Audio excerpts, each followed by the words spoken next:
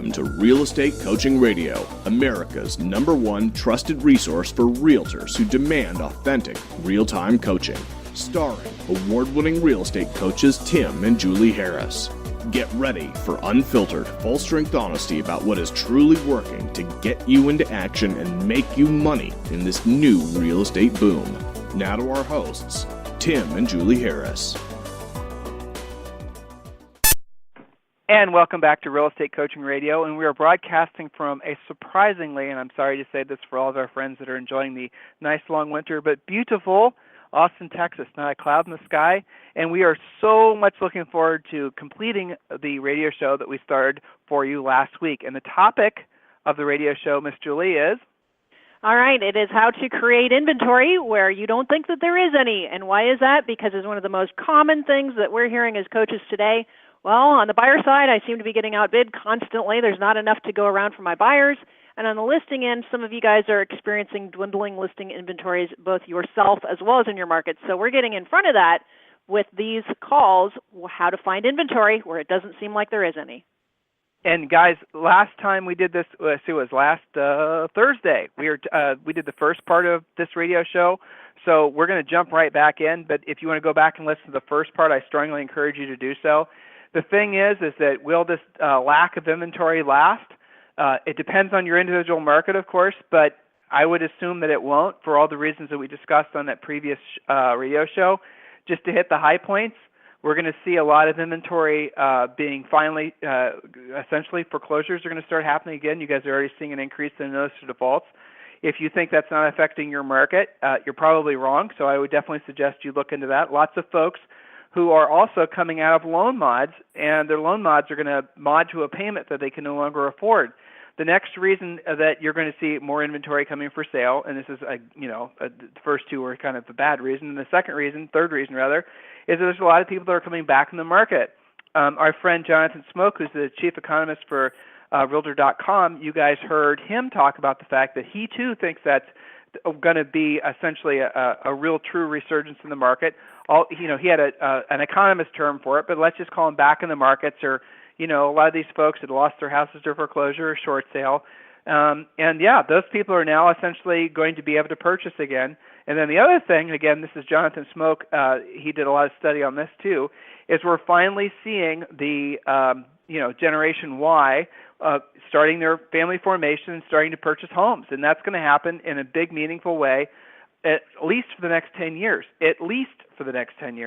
And, of course, you have baby boomers that are downsizing. So the reality of it is this lack of inventory that we're currently experiencing, it's not going to last. We're going to see the pendulum start to swing back in favor of buyers.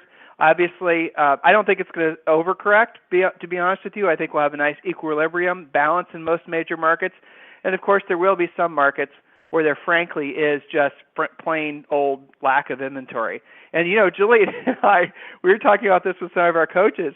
So the craziest markets that you would never think that have lack of inventory, markets that, we're always on the list of, hardest hit foreclosure markets where there's the most homes for sale, where things take years and years to sell. And now some of those are the very markets where there's no inventory for sale. So, guys, getting back to the pendulum analogy, it certainly has tilted back towards sellers. And I think all of us, it's nice that the sellers have an opportunity to rebuild equity, which, by the way, is the sixth reason that I don't think this very heavily slated the sellers market is going to last, is because a lot of folks have the equity in their houses again to sell, and that's exactly what they're going to do. So, again, go back and listen to that previous radio show, and it gives you, again, we're going to pick up where we left off, but it's going to give you a specific strategy on what you can be doing to create inventory, even though it feels like there isn't any right now for you to sell. So, Jules, any other thoughts for you? And just jump right back into our next point. No, I think this starts, as these guys are considering what's happening, it starts with being really tuned in to your own personal market. And that can mean several different things.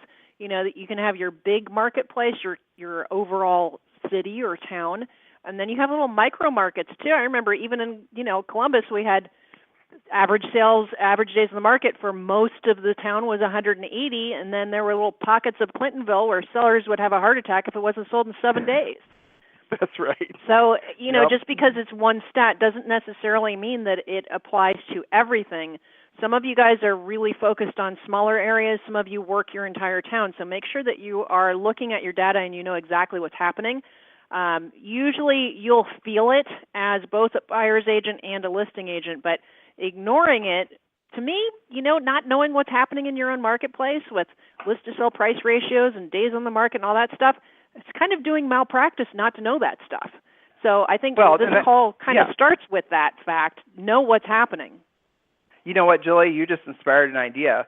Why don't we do a radio show around the stats you must know at all times, like your own. I mean, the MLS turns out a hot sheet, but I think a lot of times agents don't really know how to translate that information. So we should probably do a radio show on pertinent information. Yeah, pertinent information you need to have at all times. Oh, by the way, before we get to our next point, and Jules, I'm sure you're going to pick up wherever we left off, that we have to let all of our students know that we have you guys are asking for it and we finally have done it, a Facebook group. It's a closed group. It's only for our students. If you go to Facebook and you just do a search for Tim and Julie Harris, we have a personal page. We have a business page. There's one for Harris Real Estate University. Look for the one that says closed group and just request admission to that group. But also we've sent you all invitations. It came from our corporate email. So look for that and obviously get into that group. It's going to be, it already is, something that's pretty cool. I'm really thrilled with how collaborative, especially some of our grizzled veteran coaching clients have been, and all of our coaches are going to be participating on the Facebook group too, so you guys can get to know all of our other coaches personally aside from just Julie and myself. So it's a lot of fun. I'm actually kind of kicking myself for not having done it sooner. So Jules, next point. Yes, and I'm trying to remember exactly which point we left off on. I believe we have talked about expireds for sale by owners, professional networking, professional listing referrals, and we are on to for rent by owners, but correct me if you are at a different point. Nope, that's what I was remembering too. And also I want to just throw in, if you guys are, again, a fun conversation to have with someone who's shopping us, and they'll say typical things like, well, there's no expireds in my market, or there's no FSBOs in my market, and then I asked you guys to log into your MLS, and I asked you to look to see actually how many expireds there were. Even in markets where there feels like there's an inventory shortage, the number of expireds is going through the roof. Don't start convincing yourself that there's something wrong with those houses. The fact is they're expired because it was the winter, and now those guys are coming for available again as prospects for you, as possible listings for you. Oftentimes, and any grizzled veteran will tell you this, the best expired is going to be one that's been through 2 or 3 different agents for a whole host of reasons.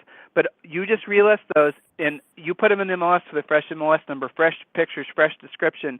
Sometimes they'll sell for the old price. In other words, they'll sell without even having to do a price change, especially in a market like this where there feels to be an inventory shortage. If you are serious about becoming a listing agent, which hopefully all of you are, one of the absolute mandatory required tools that you must have is mojosells.com. So it doesn't matter, I mean, any market, anywhere in the country, unless there's some real compelling reason why you just don't want to work with expireds or for sale by owners. That's one of the basic spokes, most critical spokes that we put on your lead generation wheel first. And, not for everybody. Granted, some people won't do it. They just want to focus on their centers of influence, or they want to focus on a geographic farm or whatever. I mean, that's fine. But for the vast majority of you, the very fundamental first spoke that all of our coaches are going to do our best to coerce you to do is calling FSBOs and expireds, and there's no better tool out there for going after the expireds than Mojo Sells. So, Julie, what's the next point for rent by owners? All right, perfect. So the next point is for rent by owners. This is one of my favorite categories for 2 reasons. Number one, their phone numbers are there, so you guys can't complain about that. And number 2, is that hardly anyone prospects for rent by owners. So who's a for rent by owner? A lot of them are reluctant landlords. They moved out, and the reason it's a rental is because they couldn't get their price back in the recession, but they could afford to keep it. They really didn't want to be a landlord, so maybe now it's time to sell it. But it's anybody with either a single-family home or condo-type situation where they have an ad in Craigslist, in your local paper, maybe online, maybe even on Zillow or something like that, where it's home for rent by the owner, not by a management company, but you're going to be talking directly with the owner. So how do you find them? Again, Craigslist, classified ads, et cetera, not hard to find for rent by owners. So this is also maybe a third reason why I love them, is that it's an easy script. Introduce yourself, ask if the home is still available. If it is still for rent, simply ask if they have considered selling the home versus trying to continue to rent it. So now, many of them have no idea what their home is worth in today's market. So when they learn what their home is now worth, they may be reinterested in selling it. Again, a very little prospected category of people. Phone numbers are not a problem, and the script is easy. It's very businesslike. And those of you who are not strong prospectors, for whatever reason you have not conquered that yet, for rent by owners actually are a pretty nice way to start because it's a non-complicated script. You're going to get one of two answers. No, I'm going to keep it forever. It's part of my legacy to my kids. They'll inherit this property. Or number two, well, I don't know, I might want to sell it. What kind of price do you think you could get in today's market? That's your clue to close them on a free CMA, meet them, tell them what you think you can get for it, and then they can make the right decision. Does that make sense, Tim? Am I undercomplicating this, or that's pretty much all there is to it? Well, people are going to say, well, Julie, you've totally sold me on the idea of doing this. What do I do now? Go to property records and look to see all the addresses where, all the homes where the tax bill is being sent to a different address other than the subject address. Surefire sign that is a rented property. Look for the ones that are always going to be the ones that are most likely to list with you are the ones where you'll see the owner only owning one or two properties. Nobody decides to be a property investor and only buys one rental. You guys notice that? Right. They're like potato chips. You either have none or you have like 20. Very rarely. So if you see one person owning one property and they're no longer living in the property, guaranteed they got stuck with it, and they will happily list that property with you if you call them. Another suggestion, we started telling you guys about this 10 years ago, if you're not saying, Tim and Julie Harris Real Estate and Management, you're missing a huge segment of the market for the exact reason. Some of the most successful agents during the Depression, Recession, and the ones that are still successful are the ones that were able to go on listing appointments. Sellers were underwater, especially in upper end guys. Those of you who are listening who are selling, $5, $6, $10 million properties, this is still relevant for you. Those sellers oftentimes don't really have a have to because they frankly are rich and they have other properties, they have other assets. But if you went in there and said, Mr. Seller, it's going to be worth this, which means you're going to lose that, they're going to say, okay, Mr. Realtor, get out my door. But if you're saying I can offer management as well, not only will you obviously have an opportunity, well, you'll get the management contract, but then you'll obviously get an opportunity to put the place for sale back when the market corrects or the seller gets sick of being a landlord or they decide they want to sell their estate and buy something else. You guys get it? So start throwing and management underneath every single logo, email, phone number, voicemail, and just by saying and management, you'll start attracting opportunities to yourself that you otherwise didn't. Definitely a no-brainer idea in any market, and as Julie alluded to, getting management clients is vastly easier than getting sale contracts, listing contracts. Those folks that have built property management businesses who I'm personally coaching and our other coaches are coaching, we're having those guys call into their property management clients, and they're picking up listings left and right. Now, okay, you don't have management clients, you like this idea, call your local property manager. Not a lot of them, you'll be surprised when I tell you this, but not all of them list and sell real estate. They just do management, okay? A simple, interesting fact. So maybe you call them up, you get some alliances going, some relationships going, where you'll pay a referral fee for the business that you take from that. You can work out all kinds of creative things. The reality of it is, though, there might be a shortage of homes for sale in the MLS, but there's not a shortage of folks that would like to sell. And the next point, this point 11 is just a quick point because, and I'll cover point 12 too, Julie, since they're kind of the same. Sure. Point 11, guys, in your market, if there are REO agents, obviously there's going to be REO agents with lots of pocket listings. That's one of the things that I think REO agents have been notorious for. So call up the REO agents. In some markets, there are no REOs. In some markets, you don't even know what I'm talking about, and that's perfectly fine. But if there is any distressed property, make sure you are going in the MLS, finding out who the listing agents are, befriending them, and finding out if they have anything coming up for sale and pre-marketing that you might have a shot at. All right, now the next point, point number 12. This one's kind of interesting, working with investors. Now I'm going to give you guys an idea, and this works, but it's kind of complicated. So investors, there's the obvious answer of, the fireman that's flipping a house, okay? Then there's, you guys know when you take a property that's priced well, in most markets, you're going to have investors beating the door down. They're almost always the first calls that you get. So scale that idea. How many of you have in your marketplace these We Buy Ugly Houses guys? There's tons of them, right? And now I think there's got to be, truthfully, at least 6 different online companies that lead generate and sell the leads. Essentially, We Buy Ugly Houses does what Zillow does. They generate leads, and they sell the leads back to the license holders. So if you're in Columbus, Ohio, or if you're in Austin, Texas, or wherever, you pay for a license for We Buy Ugly Houses, and then you pay a monthly fee, and it's not cheap, but you pay a monthly fee, and then they essentially online lead generate for you, and they send you these folks that are at least, partially raising their hands saying that I would sell my house if I could sell it in a hurry, and then you go out there as a We Buy Ugly Houses license holder, and you try to essentially make an offer on the house that, is usually far below market value, blah, blah, blah. Now, I'm not suggesting you do that, though I know a lot of you do. What I am suggesting, and this is where it gets interesting, is you identify, and I just told you one, We Buy Ugly Houses, but there's a lot of others. You identify the other companies that are operating in your marketplace doing something very similar. You find out who the license holders are. Now, I know some of my coaching clients are going to they're shooting me evil thoughts right now because I'm giving away one of their secrets for lead generation, but here goes. You find out who the license holders are, and you call them up, and you say, hey, I'm Tim Harris with ABC Realty. You are a We Buy Ugly Houses licensee holder. I understand, and statistically, guys, the way it works is that maybe for every 20 leads these guys get, maybe they were able to put one deal together. So that's 19 sellers, 19 people that showed an interest in being a motivated seller that these guys weren't able to do business with. Why? Because the seller said, well, that's usually I want more money out of the house, numbers don't make sense, whatever. There's all kinds of reasons. But that's 19 prospective seller leads that you guys could be getting from these license holders of the, like I said, We Buy Ugly Houses is probably one of, 4 to 6, maybe even 10, depending on how big your market is. How do you find out who they are? Call the ad and see who calls you back and strike the relationship. Simple.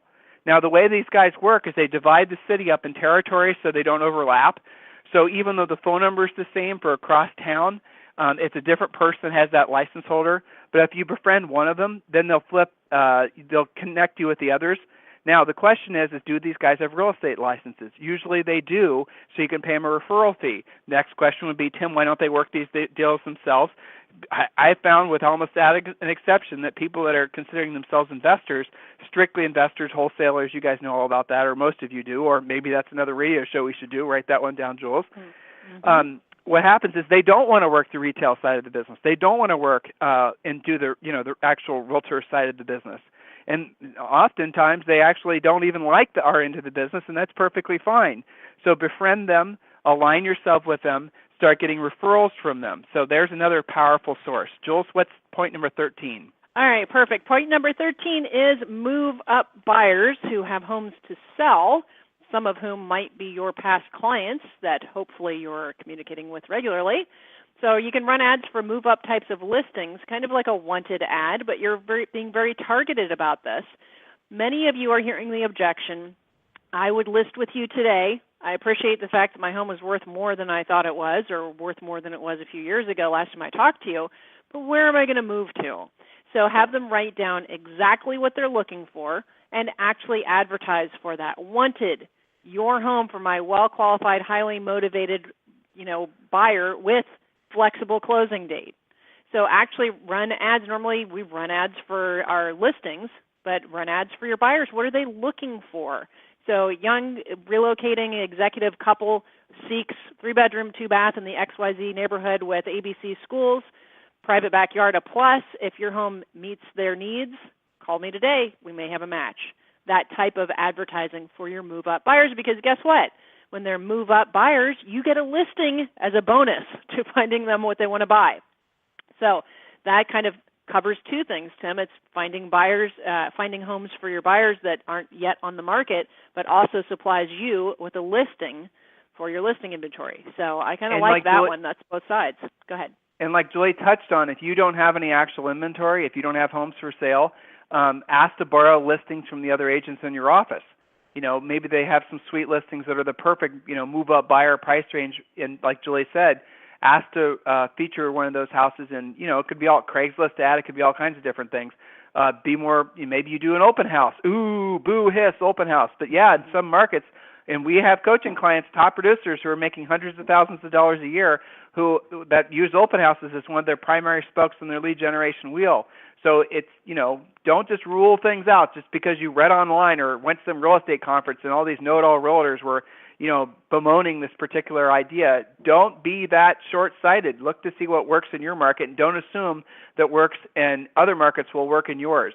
All right, Jules, so next point is use 800 Home Hotline. So 800homehotline.com, you guys just look this up on your own, is a killer way to not only, frankly, get a listing. It's a great listing tool. That's its primary purpose. But it's also a great way to take more listings.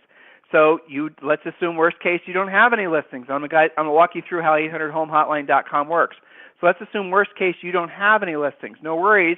You can ask to put an 800 Home Hotline sign writer or a standalone sign beside a normal for sale sign in other listing agents' lots and next to their for sale signs.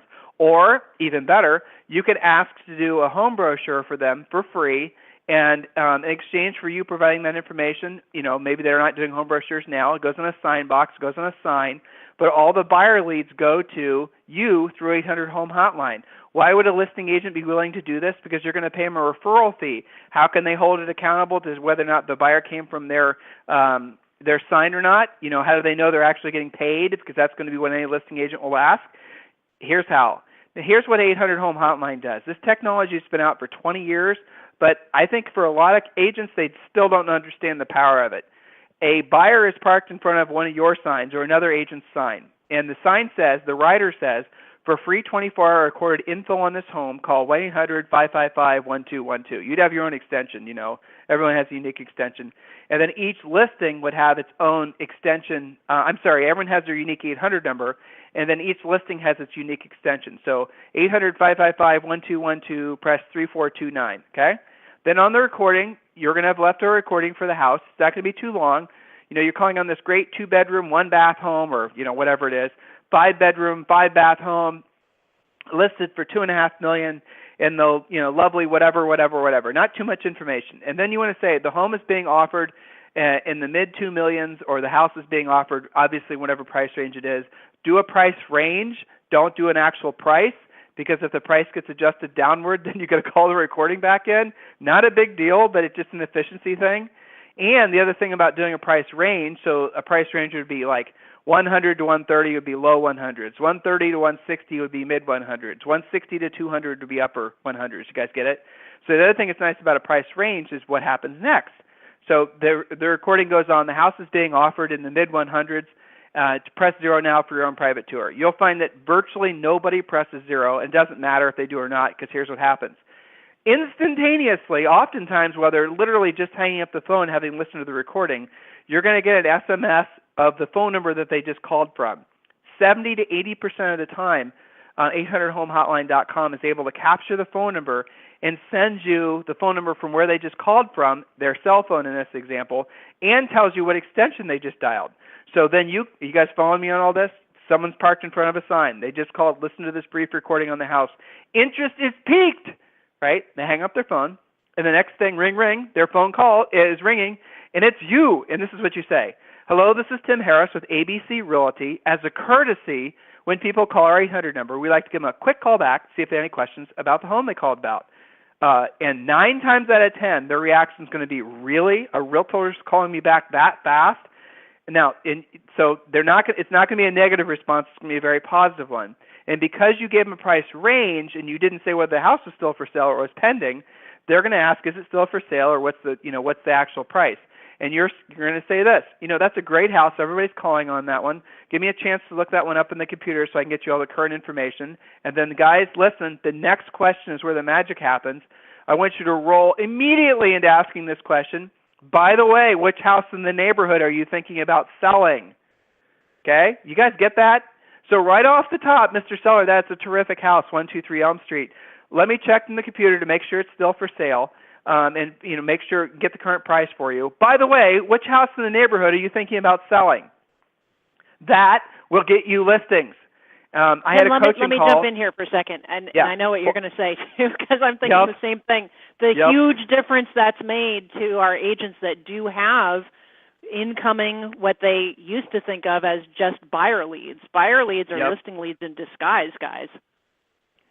Well, depending on your market and the price range, every single buyer call, and like say, for example, a house that, Julie, in our own market, right, when we used to sell real estate, guys, we haven't sold real estate in 10 plus years, but so like a move-up house in New Albany, Ohio, where was our primary market towards the end of our careers, that market had a move-up price range of, I would say, somewhere in the 8s to maybe 1.2 million, somewhere in there. Anything less than that was probably somebody that was moving into the area or, something like that. It was essentially your quote-unquote New Albany buyer, first-time home buyer type thing for New Albany. So if you took a listing and you had, say, a listing for 1.2 million, 99.9% chance that that buyer was going to be selling out of something that was going to be in the 6 to 7s. So you knew that most of the buyers in that calling in that particular house were going to be also sellers. So by asking that question ahead of time, and Julie, the reason I'm so excited about this is because I had this exact coaching call. Essentially an agent that's never used this before, used it for the first time, followed the script, didn't change it, said it exactly like I just told these guys to sell it, and it happened. And it happened. And it was in Southern California too.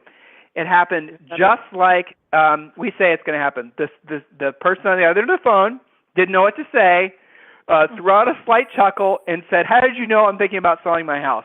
And, Julie, he went out and took the listing. That's awesome. I love it. Yeah. It turns out we know what we're talking about. Some of you guys make it too hard by just not asking simple questions. That's just a thought for some of you having that light bulb go off right now. Aha, I just need to ask that. Interesting. So, there are people who use one agent as a listing agent and another agent as a buyer's agent. That's not the client's fault.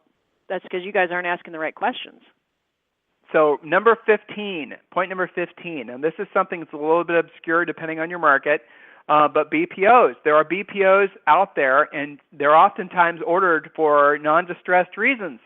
Sometimes BPOs are ordered because someone, and this is what we used to get a lot of when we sold real estate, we get a call from the local BPO agent, and there was always an agent asking us about details on a recent sold comp we had, and then we would always say, nicely of course, be more than happy to share with you all the information for your BPO. By the way, why is the seller that you're doing the BPO for selling? We'd find about relos. We'd find out about all kinds of advanced market information about possible listings, and then of course we'd go and solicit them. How about all of you who made your money, who basically kept the lights on, and some of you did exceptionally well through the real estate crash doing BPOs. Whatever happened to all those BPOs that you did? Why don't you run the list of BPOs you did against property records and find out how many of those people have sold?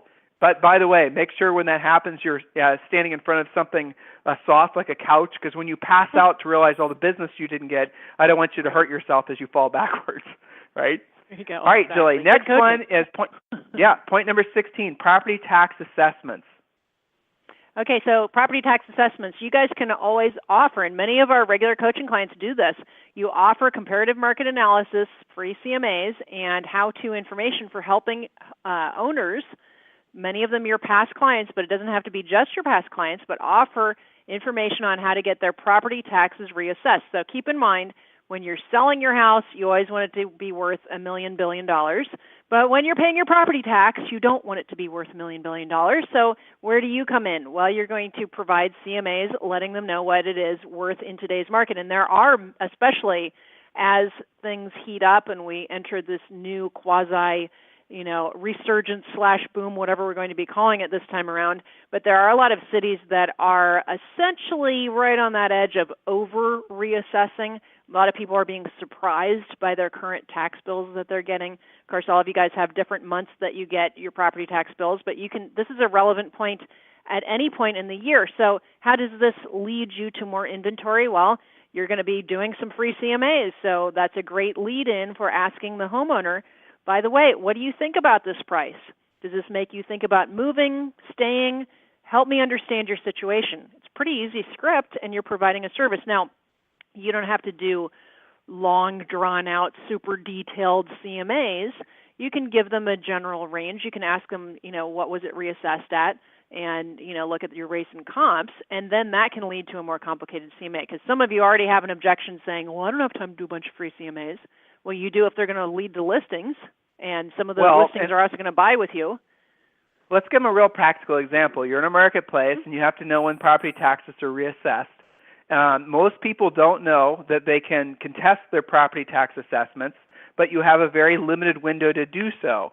So the new assessments will come out, and it's usually based on differing percents of whatever they appraise the house at. And as Julie just alluded to, considering that most states fund their school systems through property tax dollars, bet you didn't know that, they will oftentimes assess houses on the high side. We live in the great state of Texas. There is no income taxes, but they absolutely positively make it up through, guess what, property taxes. So everyone else in Texas and everyone else around the country, a new assessment will be issued. They'll use the highest possible comps to say your house is worth maybe more than, sometimes substantially more than market valuations. Sellers need to know that they can test that. It's relatively easy to do.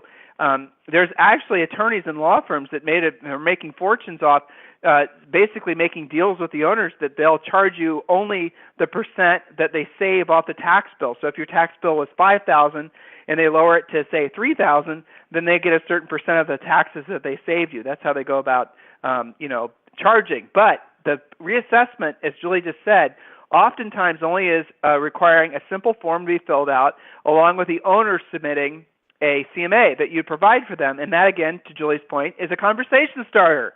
In the meantime, you're doing a lot of great things for your local neighborhood, creating a lot of great, not just goodwill, but great will with these guys because you're helping them to save money. Which of your centers of influence wouldn't want to call like that? Which of your neighbors wouldn't want to call like that? Get the point? Everybody would. Killer way to generate listing leads. Julie, we're about out of time. Any other points you'd like to make to these guys? That's right. So don't just choose one because it's super comfortable to you. You should be doing all of the above or close to all of the above, especially for all of your buyers. Remember, this started as a premise of how to find inventory for your buyers, but really the byproduct of it is you're also going to find new listings for your listing inventory. So don't just do one or two things. If you're not doing most of this and your buyers know that you could be doing most of this, I wouldn't blame them if they went on to the next agent who is doing most of this. It just makes sense. And tell them. If you're serious. Yeah, and make sure you tell them, because if you don't, what do they assume? I always tease my coaching clients, Tim, when real estate clients haven't heard from you in a while, what do they assume you're up to? Do they think you're hard at work for them, or do they think other thoughts? Yeah, exactly. So, guys, listen. Remember, the year's already started. It's February. We're well into February at this point. If you don't have your business plan together yet, honestly, at this point, what the heck are you waiting for? You wait another month or two. You guys know as well as I do, you probably have already lost the momentum or any of the prospect of building momentum for the rest of the year. Do the right thing and request a free coaching call immediately. Free coaching calls for agents.com. Free coaching calls for agents.com. One of our coaches will walk you through exactly where you're at right now in your business and what you have to be doing to get to your goals. And if you don't have any goals, we're going to help you set goals. It's all part of the free coaching calls for freecoachingcalls.com. It's all how the system works. It's our way of giving back to the real estate community. Let us help you be part of this amazing real estate recovery. And guys, if there's anything we can ever do for you, obviously just visit us at timandjulieharris.com. Existing coaching students, join the new Facebook group. That is your homework. And in the meantime, everyone, please do as you've been doing and share this radio show with as many other agents as you can. We'll talk with you on the radio tomorrow. This program has been a presentation by Tim and Julie Harris, Real Estate Coaching. For more information on our real estate coaching and training programs, visit our website at timandjulieharris.com. Remember to tune in weekdays at noon for upcoming shows. And until next time, thank you for listening to Real Estate Coaching Radio with Tim and Julie Harris.